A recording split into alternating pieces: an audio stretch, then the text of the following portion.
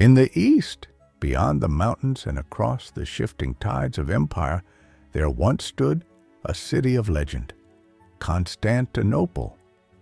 Born of Rome, crowned with domes of gold and guarded by walls said to be unbreakable, it endured while kingdoms rose and fell. This is not the story of its rise. This is the long twilight, of emperors fading into dusk, of armies broken and banners lowered. This is the story of how Byzantium fell, not all at once, but like a candle flickering in the wind, casting its final light upon the world before going out. Let us drift into that past, to the dying days of a 1,000-year empire. Chapter 1. Introduction. The Twilight of Byzantium. Between two continents, where Europe meets Asia, stood a city of immeasurable grandeur, Constantinople, the New Rome. Founded in 330 A.D. by Emperor Constantine the Great, it became the heart of the Eastern Roman Empire, a beacon of imperial power, spiritual authority, and cultural brilliance. For over 1,000 years, Constantinople stood as the world's greatest city, a crossroads of civilizations, a fortress that resisted time and tide. Picture the city as it once was, its towering walls stretching over 20 kilometers, 3 layers of stone and brick, impregnable to most attacks. The city rested on a peninsula bordered by the shimmering waters of the Golden Horn, the Bosporus, and the Sea of Marmara, guarding its gates with nature's own defenses. Within the walls, marble palaces gleamed under the Mediterranean sun. The majestic Hagia Sophia crowned the skyline with its colossal dome, seeming to float on air. This was a city alive with color and sound. The markets buzzed with traders from Venice, Alexandria, and Persia, their voices mixing with the clatter of horses and the chatter of scholars debating philosophy in public squares. Incense wafted from churches, mingling with the salty sea breeze. Citizens wearing tunics of silk or wool moved through a city where Latin laws mingled with Greek traditions, and Orthodox Christianity shaped the rhythm of daily life. Yet behind this splendor was a city on the edge. Byzantium had survived the fall of Rome and countless sieges, but the centuries weighed heavily. The empire's borders shrank and shifted. Threats multiplied, from the Arabs sweeping westward to the Seljuk Turks advancing in Anatolia, and later the formidable Ottomans rising in the east. Internally, power struggles and religious disputes frayed the empire's fabric. In 1204, a devastating blow came not from outside foes, but from the armies of the Fourth Crusade, when Western knights betrayed their Christian allies and sacked Constantinople. This act shattered Byzantium, fracturing the empire and sowing the seeds of its final decline. Despite this, Byzantium endured. Its emperors struggled to restore its glory. Its scholars preserved knowledge. Its faith sustained its people. The story of Byzantium's twilight is one of resilience and tragedy, of a civilization caught between past greatness and an uncertain future. Chapter 2. The Empire in Crisis. Political and military challenges. When the 11th century dawned, the Byzantine Empire remained a powerful presence. It stretched across Anatolia, the Balkans, and southern Italy, and its culture radiated from Constantinople into the Christian world. Yet cracks had begun to form, fractures of power, pressure, and pride. This was not a sudden fall, but a slow unraveling, a century of challenge that would define the twilight of Byzantium. The crisis began with the empire's most treasured possession, Anatolia. This vast region had for centuries provided the empire with its soldiers, grain, and wealth. But in 1071, near the fortress town of Manzikert, the empire suffered a blow it would never recover from. There, Emperor Romanos IV Diogenes led his army against the Seljuk Turks under Alp Arslan. The Byzantines were overconfident, divided, and politically fragile. Romanos was captured, and his army routed, a humiliation that opened the floodgates. The consequences were catastrophic. In the years that followed, Turkish war bands poured into Anatolia, claiming towns, fortresses, and fields. The imperial government in Constantinople, racked by coups and counter-coups, could not muster a coherent defense. The central theme of the Byzantine story shifted. It was no longer a tale of imperial expansion, but of retreat and resistance. As Anatolia crumbled, the Balkans offered no respite. Slavic populations in Bulgaria and Serbia, long restive, began asserting their independence. The Pechenegs and Cumans, Turkic nomads from the steppes, raided the empire's northern frontiers. Byzantium was encircled by enemies and paralyzed by indecision. In the imperial court, intrigue poisoned leadership. The Komnenian dynasty, beginning with Alexios I Komnenos in 1081, would temporarily restore some stability. Alexios was a skilled statesman who recognized the empire's limitations. He sought help from the West, not out of shared faith, but as a calculated gamble. In 1195, Alexios appealed to Pope Urban II for military aid against the Seljuks.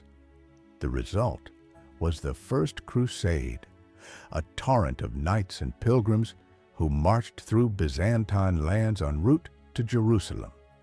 While the Crusaders achieved victories, they also proved dangerous guests. Their goals differed from Alexios's, and suspicions ran high. In time, Crusaders would become conquerors.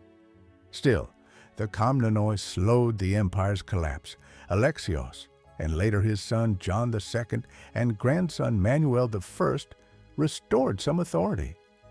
They reorganized the army, reformed taxation, and negotiated carefully with both Muslims and Latins. Under Manuel, Byzantium regained prestige. He led campaigns into Hungary and Italy and hosted foreign envoys in Constantinople's opulent halls. For a time, it seemed Byzantium might endure, but appearances deceived. Manuel's ambitions outstripped his resources. The empire's treasury ran dry, and the army grew dependent on mercenaries, unreliable and expensive. The bureaucracy swelled, and factionalism returned. When Manuel died in 1180, Byzantium faced renewed instability. His young son, Alexios II, was quickly overthrown in a palace coup. Andronikos I Komnenos seized the throne, ushering in a reign of terror. He purged rivals, suppressed dissent, and failed to secure the empire's defense. He was lynched in the streets in 1185. Then came the Angeloi, a dynasty so inept that their name became synonymous with decline. Under Isaac II and Alexios III, the empire hemorrhaged territory. Bulgaria revolted and re-established its empire. The treasury was emptied, the military neglected, and Constantinople's defenses crumbled. It was during this fragile period that fate delivered its cruelest blow.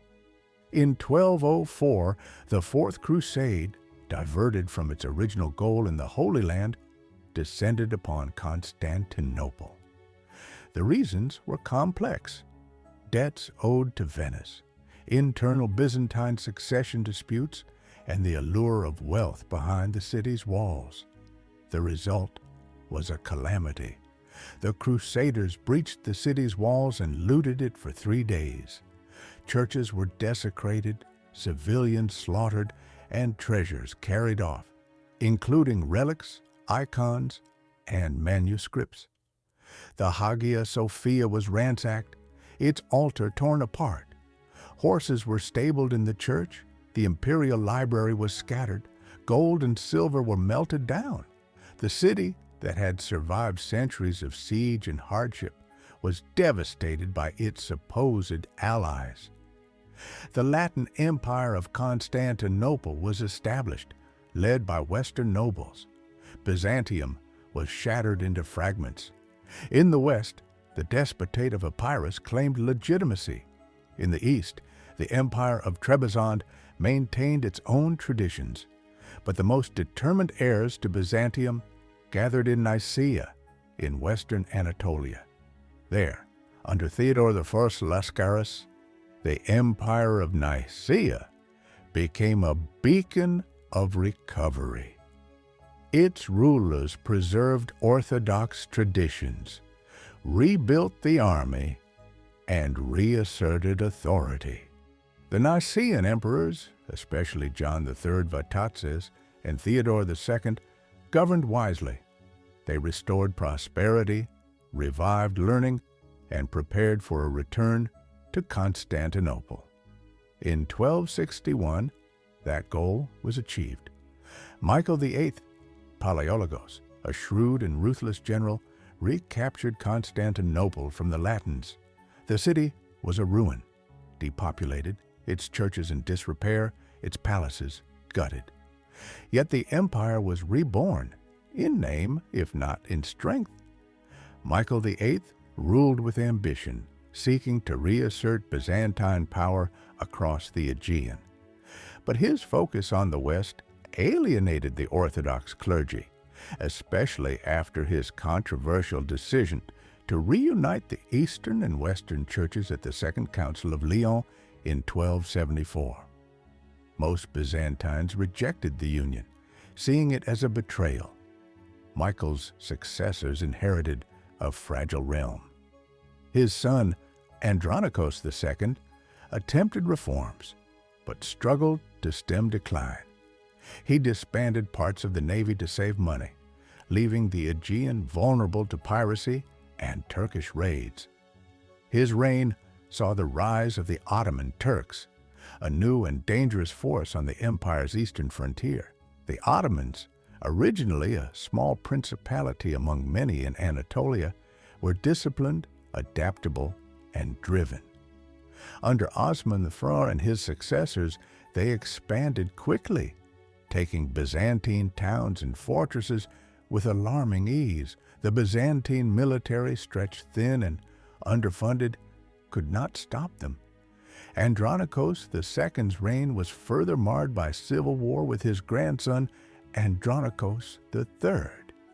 Their conflict split the empire and exhausted its resources. The Black Death in the mid-14th century compounded the crisis, decimating the population and collapsing trade. By the time John V Palaiologos became emperor, Byzantium was reduced to a few scattered territories. Thessaloniki, the Peloponnese, and parts of Thrace remained, but Constantinople was virtually isolated, surrounded by hostile powers. John V traveled to Europe seeking aid. He visited the Pope, knelt in submission, and begged for military support. But the West, embroiled in the 100 Years' War and skeptical of Byzantine intentions, sent little help.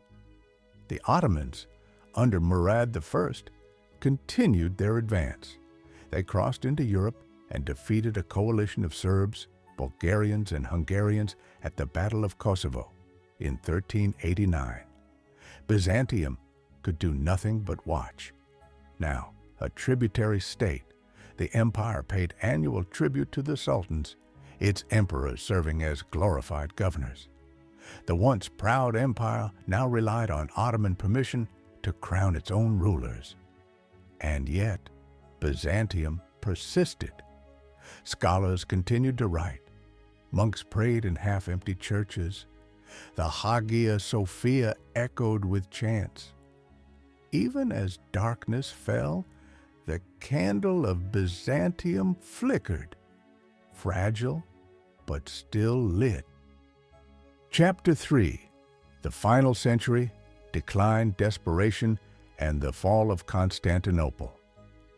By the dawn of the 15th century, Byzantium was no longer an empire, not in the sense it had once claimed.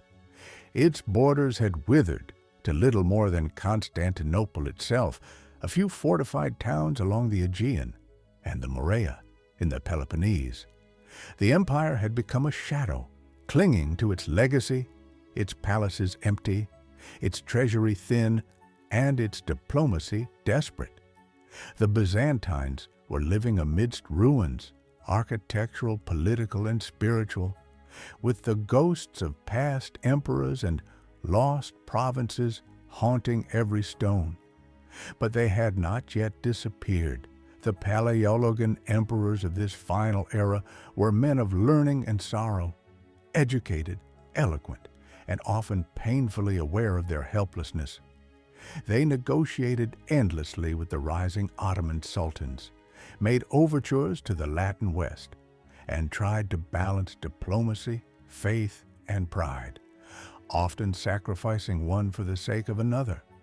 Emperor Manuel II Palaiologos, who ruled from 1391 to 1425, was perhaps the last Byzantine emperor with both the will and the skill to act as a statesman. He was fluent in Latin and philosophy, composed theological treatises, and even traveled to Western Europe in person, visiting Venice, Paris, and London, pleading for assistance. Monarchs welcomed him with polite words and processions, but no armies followed. Manuel returned home with little but stories of the West's wealth and indifference. While he traveled, his empire shrank further. The Ottomans, now under Bayezid I, tightened their grip around Constantinople. The city was besieged in 1394, an event that would last for nearly a decade. Its people survived on imported grain and hope. The city's Theodosian walls, built in the 5th century, still held firm, but the population inside was dwindling. The Christian world's last significant effort to save Byzantium came in 1396. The Crusade of Nicopolis, led by a coalition of Hungarian, French, and other European knights, marched against the Ottomans. But at the Battle of Nicopolis, Bayezid's forces crushed the Crusaders. The myth of Western rescue began to die. A brief, unexpected reprieve came in 1402, when Bayezid was defeated and captured by the Mongol conqueror Tamerlane at the Battle of Ankara. The Ottoman state fractured, and for a few years, Byzantium could breathe. Manuel II took advantage of the interregnum, regaining some lands and strengthening the capital's defenses. But the Ottomans reunited quickly under Mehmed I and Murad II. The respite was short-lived. Meanwhile, Constantinople itself had become a relic. Once home to hundreds of thousands, its population had shrunk to perhaps 50,000 by the early 15th century. Some estimates say fewer. Entire neighborhoods were empty, churches crumbling. The great hippodrome, once a center of civic life, stood silent. Only the Hagia Sophia still glimmered, though its gilded dome needed repairs that no one could afford. Trade continued, barely. Genoese merchants at Galata across the Golden Horn still profited from commerce. Venice, ever calculating, maintained its interests in the eastern Mediterranean. Byzantium depended on these outsiders more than ever. The empire's navy was gone. Its army, a small corps of professional soldiers supported by militias, could not defend even the city without foreign aid. In the countryside, the situation was even worse. Turkish beyliks harassed the remaining imperial possessions in the Peloponnese and Macedonia. Towns paid tribute to local warlords or Ottoman governors. Monasteries functioned as economic hubs and spiritual sanctuaries, some of the last bastions of Byzantine culture. Yet even they were vulnerable. Yet amid this decay, a strange cultural flourishing bloomed. Byzantine scholars turned inward, preserving ancient texts, debating theology, and copying the classical works of Plato and Aristotle. In this twilight, learning became a refuge. Figures like Gemistos Plathon, a philosopher in the Morea, tried to revive Greek thought, dreaming of a return to the civic values of ancient Sparta. In Constantinople, George Scholarios, Bessarion, and others debated union with Rome and the nature of the soul. Some would later carry their manuscripts westward, helping to ignite the Italian Renaissance. As Ottoman pressure mounted, the question of church union between the Eastern Orthodox and Roman Catholic churches returned to the forefront. The schism of 1054 still divided Christendom, but emperors increasingly saw reconciliation as a political necessity. The Latin West demanded doctrinal submission as the price for military aid. The Byzantines, with few choices left, considered it. In 1439, Emperor John VIII Palaiologos traveled to the Council of Florence. There, surrounded by cardinals and theologians, he signed a decree of union. The Filioque clause, papal supremacy, all the points of contention were, on paper, resolved. The Pope declared the churches reunited, but in Constantinople, the people did not agree. The Orthodox clergy, especially the monks of Mount Athos and the Church of Hagia Sophia, rejected the union. Better the turban of the Turk than the tiara of the Pope, some declared. The city divided between those who saw union as survival and those who saw it as surrender. The promised aid never materialized in strength. Byzantium remained alone. In 1451, the Ottoman throne passed to Mehmed II, a 19-year-old with ambition far beyond his years. To many, he seemed young, perhaps naive, but he was no ordinary sultan. Mehmed had studied history, languages, siege, warfare. He saw himself not only as a Muslim ruler, but as a Caesar, a new Alexander. He dreamed not of petty conquest, but of empire. He immediately began preparations to take Constantinople. In 1452, he built a massive fortress, Rumeli Hisra, on the European shore of the Bosporus, directly across from an older Ottoman castle. The two now controlled passage into the Black Sea. It was a message. The noose was tightening. Byzantine Emperor Constantine XI, Palaiologos, the last to wear the imperial purple, knew what was coming. He had little to work with, perhaps 7,000 defenders, including a few hundred Genoese under Giovanni Giustiniani, and some foreign volunteers. The Ottomans would bring over 80,000 men.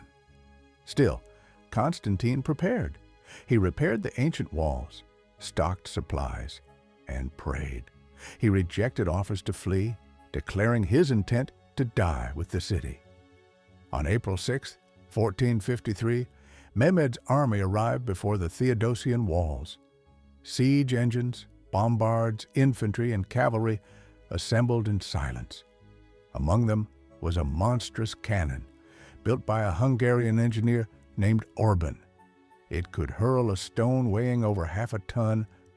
Constantinople had never faced such a threat.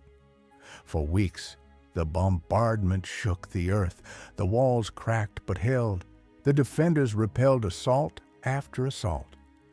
Giustiniani and his men fought bravely on the land walls, while others guarded the sea walls and the Golden Horn. Chains were stretched across the harbor to block Ottoman ships, but Mehmed, undeterred, ordered his fleet dragged over land to bypass the barrier, launching ships into the Golden Horn behind enemy lines. The city was now surrounded from all sides. Inside Constantinople, morale faltered. Food ran low. Churches filled with the faithful. Hymns echoed through empty streets. Monks led processions. Icons were displayed, and every morning the emperor rode the walls, inspecting defenses. On May 29th, after weeks of bombardment and failed negotiations, Mehmed launched his final assault. Waves of Janissaries, irregulars, and Anatolian levies surged against the battered walls. Giustiniani was wounded, and confusion followed. A small postern gate, the Cercaporta, may have been left open. Ottoman troops poured in. Constantine XI removed his imperial regalia, took up his sword, and vanished into the melee. His body was never definitively identified. The city fell. The sack was brutal. For 3 days, Mehmed allowed his troops to loot. Churches were desecrated, homes plundered, civilians enslaved. Yet Mehmed, upon entering the Hagia Sophia, ordered it preserved and converted into a mosque. He declared himself Caesar Rum, Caesar of the Romans. The Byzantine Empire was gone, but its story did not end there. In exile, Byzantine scholars brought their knowledge west. They taught Greek in Florence and Rome, preserving texts that would fuel the Renaissance. In Moscow, rulers claimed the title of Third Rome, tracing their authority through marriage to the last imperial family. The Orthodox Church endured even under Ottoman rule. In modern Istanbul, the silhouette of the Hagia Sophia remains a monument to faith, power, and endurance. Beneath its dome lie the layers of an empire that refused to be forgotten. The fall of Constantinople marked the end of the medieval world and the rise of a new era. Byzantium died, but it did not vanish. In marble, manuscript, and memory, it lives on. Chapter 4. The Ottoman Storm. By the mid-14th century, the Byzantine Empire was barely a shadow of its former self. What had once stretched from the shores of Spain to the Euphrates had now shrunk to a scattering of cities, islands, and fortified hilltops. Constantinople still stood, its walls intact, its domes rising over the Bosphorus, but the world beyond those walls had changed, and to the east a new force was rising. The Ottomans, a Turkic dynasty that had begun as a small principality in the northwestern corner of Anatolia, were now expanding rapidly. Their rise had been swift but not accidental. Under the leadership of Osman I and his descendants, the Ottomans had combined military skill with shrewd diplomacy. They made use of gunpowder, cavalry, and religious fervor, but also made alliances, married into rival houses, and exploited every weakness they could find in their neighbors. By the 1350s, they had crossed into Europe. At first, it was a trickle, a raid here, a fortress seized there. But by the end of this century, they had carved out a firm base in the Balkans. They took Gallipoli in 1354, aided by a devastating earthquake that weakened its walls. From there, they spread inland, taking city after city, using the chaos in the region to their advantage. The Byzantines, meanwhile, were trapped in endless cycles of internal conflict. Civil wars between emperors and their rivals, between religious factions, and even within families, drained the state of what little strength it had left. Emperors pleaded with the West for aid, sometimes offering union with the Roman Church in exchange. But the help, when it came, was always too little, too late, and often came with strings attached. John V Palaiologos, who reigned during the middle of the 14th century, exemplified this desperation. He traveled to Rome in 1369, converted to Catholicism, and begged for military support. But the Western powers were preoccupied with their own troubles, the 100 Years' War, the Black Death, and local feuds. Byzantium was no longer a cause worth saving. The Ottomans took Adrianople, modern Edirne, in 1369 and made it their capital in Europe. From there, they launched deeper campaigns into the Balkans, defeating Serbian and Bulgarian armies and absorbing their lands into their growing empire. The Byzantines could only watch as former vassals and allies fell one by one. In a cruel irony, the Byzantines sometimes found themselves allied with the Ottomans against their fellow Christians, simply to survive. Imperial brothers would call upon Ottoman aid to gain the throne from a rival, inviting the very enemy who would later devour them. The empire, once a beacon of strategy and order, was now a chessboard for stronger players. When Bayezid I ascended the Ottoman throne in 1389, he turned his full attention to crushing what remained of Byzantine independence. He laid siege to Constantinople more than once, building the Anadolu-Hisari fortress on the Asian shore of the Bosphorus to tighten the noose. Yet fate, for a moment, intervened. In 1402, the Central Asian warlord Timur, also known as Tamerlane, invaded Anatolia and decisively defeated Bayezid at the Battle of Ankara. Bayezid was captured and the Ottoman state thrown into a civil war between his sons. For Byzantium, this was a brief reprieve. The siege was lifted.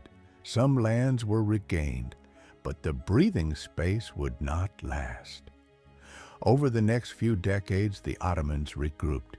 By the 1420s, under Murad II, their power was once again on the rise.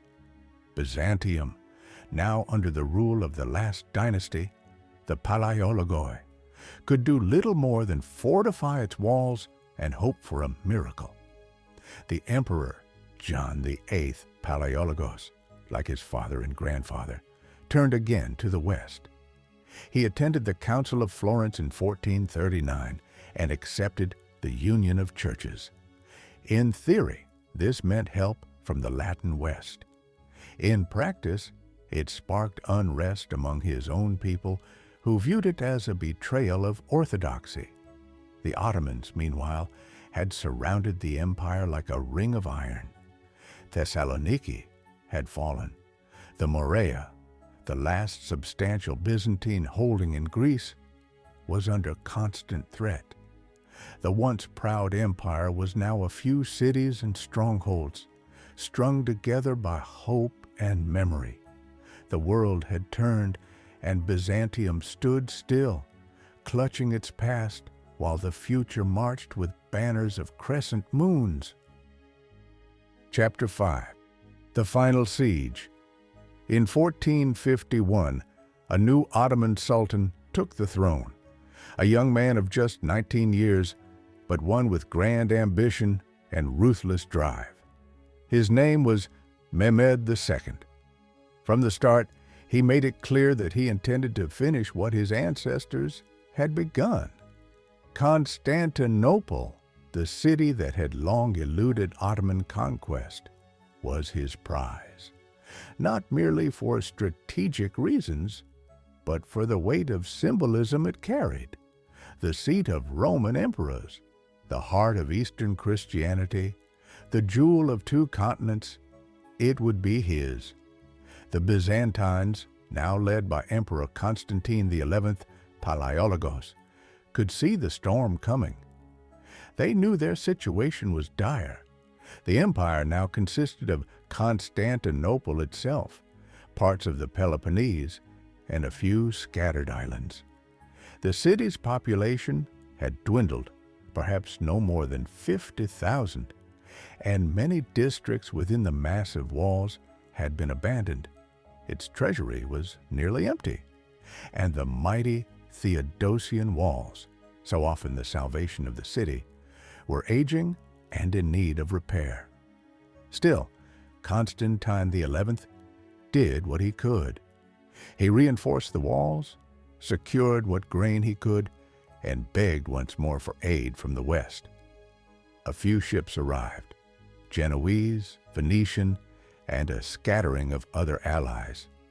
The most notable was Giovanni Giustiniani, a Genoese captain who brought several hundred well-trained soldiers and took charge of defending the land walls. But it was not an army. It was not a crusade. It was a gesture, a flicker of hope against a rising tide. Mehmed II, meanwhile, prepared meticulously. He built a fortress, Rumela Hisari, directly across from Anadolu Hisari, giving him control of both sides of the Bosphorus and the ability to choke off all naval access to the city. He amassed a huge army, likely over 80,000 men, including janissaries, cavalry, and engineers.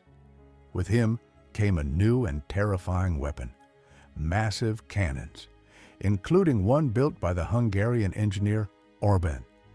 These guns could hurl stone balls weighing hundreds of pounds, capable of breaking even ancient walls.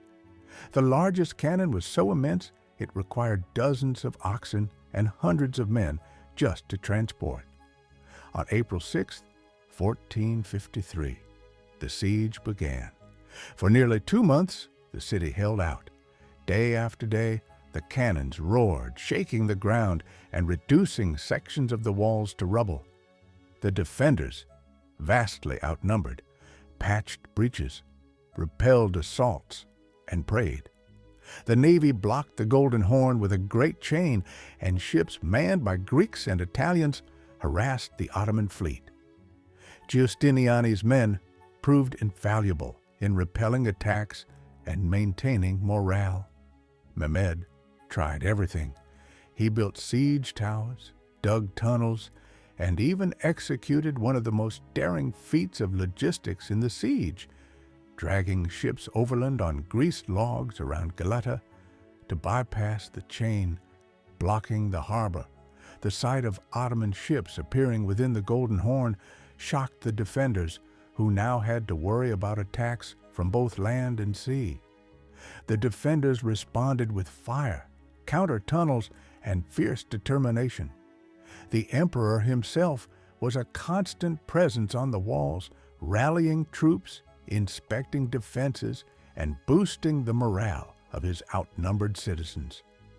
Priests held processions, relics were paraded, and the people turned to their faith. But the weight of numbers told. Food grew scarce, exhaustion set in, the city was bleeding slowly, but inevitably. On the night of May 28th, as the final assault loomed, Constantine XI gathered his men.